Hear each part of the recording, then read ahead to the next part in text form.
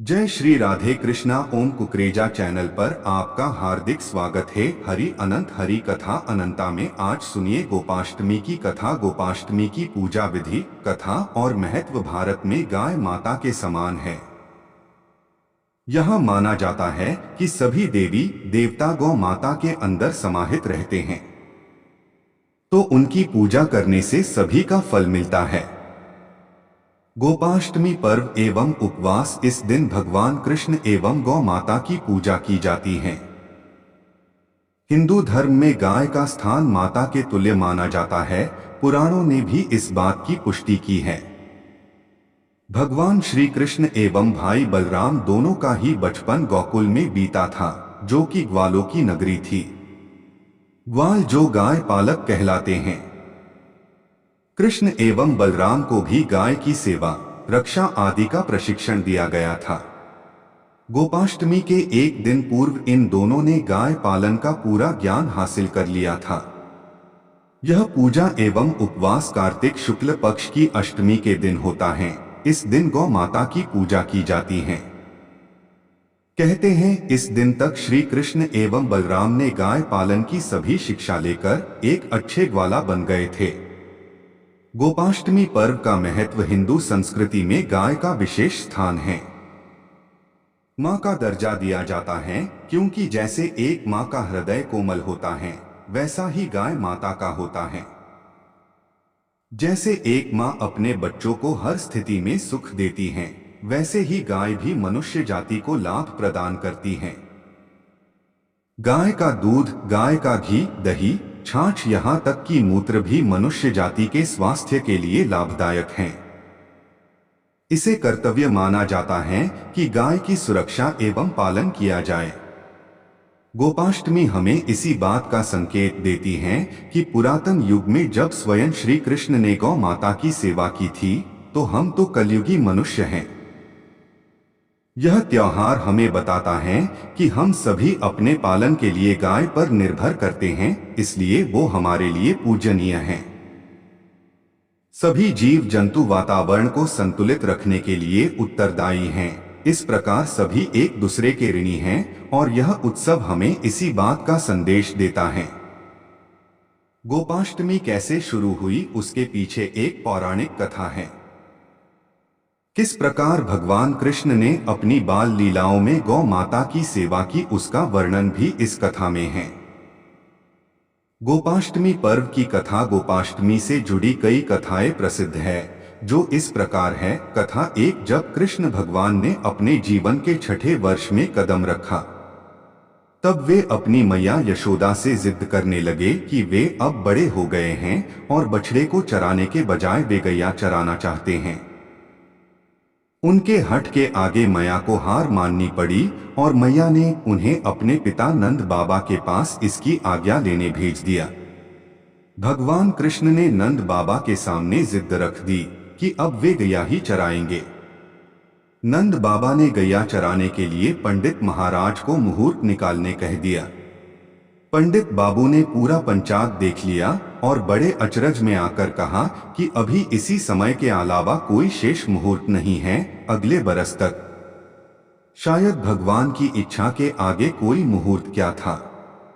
वह दिन गोपाष्टमी का था, जब श्री कृष्ण ने गैया पालन शुरू किया। उस दिन माता ने अपने कान्हा को बहुत सुंदर तैयार किया। मोर मुकुट लगाया, पैरों में घुंघरू पहनाए और सुंदर सी पादुका पहनने दी, लेकिन कान्हा ने वे पादुकाएं नहीं पहनी। उन्होंने मैया से कहा, अगर तुम इन सभी गया को चरण पादुका पैरों में बांधोगी, तब ही मैं यह पहनूंगा। मैया ये देख भावुक हो जाती हैं और कृष्ण बिना पैरों में कुछ पहने अपनी गया को चारण के लिए ले जाते।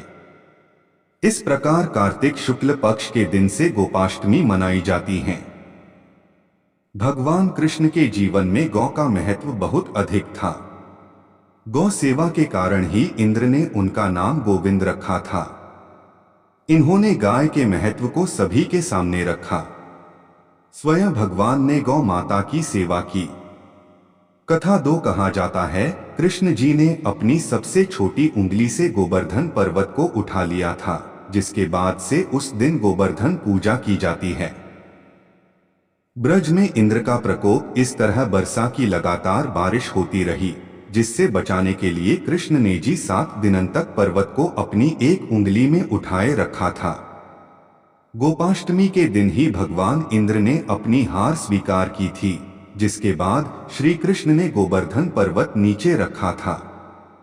कथा 3 गोपाष्टमी ने जुड़ी एक बात और ये है कि राधा भी गाय को चराने के लिए वन में जाना चाहती थी, लेकिन लड़की होने की वजह से उन्हें इस बात के लिए कोई हाँ नहीं करता था। जिसके बाद राधा को एक तरकीब सूझी। उन्होंने ग्वाला जैसे कपड़े पहने और वन में श्री कृष्ण के साथ गाय चराने चली गई। गोपाष्टमी पूजा विधि इस दिन गाय की पूजा की जाती है। सुबह जल्दी उठकर स्नान करके गाय के चरण स्पर्श किए जाते हैं। गोपाष्टमी की पूजा पूरे रीति रिवाज से पंडित के द्वारा कराई जाती है। सुबह ही गाय और उसके बछड़े को नहलाकर तैयार किया जाता है। उसका श्रृंगार किया जाता है, पैरों में घुंघरू बांधे जाते हैं, अन्य आभूषण पहनाए जाते हैं। गाय माता की परिक्रमा भी की जाती है। सुबह गायों की परिक्रमा कर उन्हें चराने बाहर ले जाते हैं। इस दिन ग्वालों को भी दान दिया जाता है। कई लोग इन्हें नए कपड़े देकर तिलक लगाते हैं। शाम को जब गाय घर लौटती है तब फिर उनकी पूजा की जाती है, उन्हें अच्छा भोजन दिया जाता है। खास तौर पर इस दिन गाय को हरा चारा खिलाया जाता है। जिनके घरों में गाय नहीं होती है वे लोग गौशाला जाकर गाय की पूजा करते हैं, उन्हें गंगा जल फूल चढ़ाते हैं, दिया जलाकर गुड़ खिलाते हैं। औरतें कृष्ण जी की भी पूजा करती है, गाय को तिलक लगाती है। इस दिन भजन किए जाते हैं। कृष्ण पूजा भी की जाती है। गाय को हरा मटर एवं गुड़ खिलाया जाता है। कुछ लोग गौशाला में खाना और अन्य सामान का दान भी करते हैं। इस दिन इस्कॉन टेम्पल को खूब सजाया जाता है। उसमें नाच गाना और भव्य जश्न होता है। गौ माता का हिंदू संस्कृति में अधिक महत्व है। पुराणों में गाय के पूजन, उसकी रक्षा, पालन पोषण को मनुष्य का कर्तव्य माना गया है। हम सभी को गौ माता की सेवा करना चाहिए, क्योंकि वह भी हमें एक मां की तरह ही पालन करती हैं।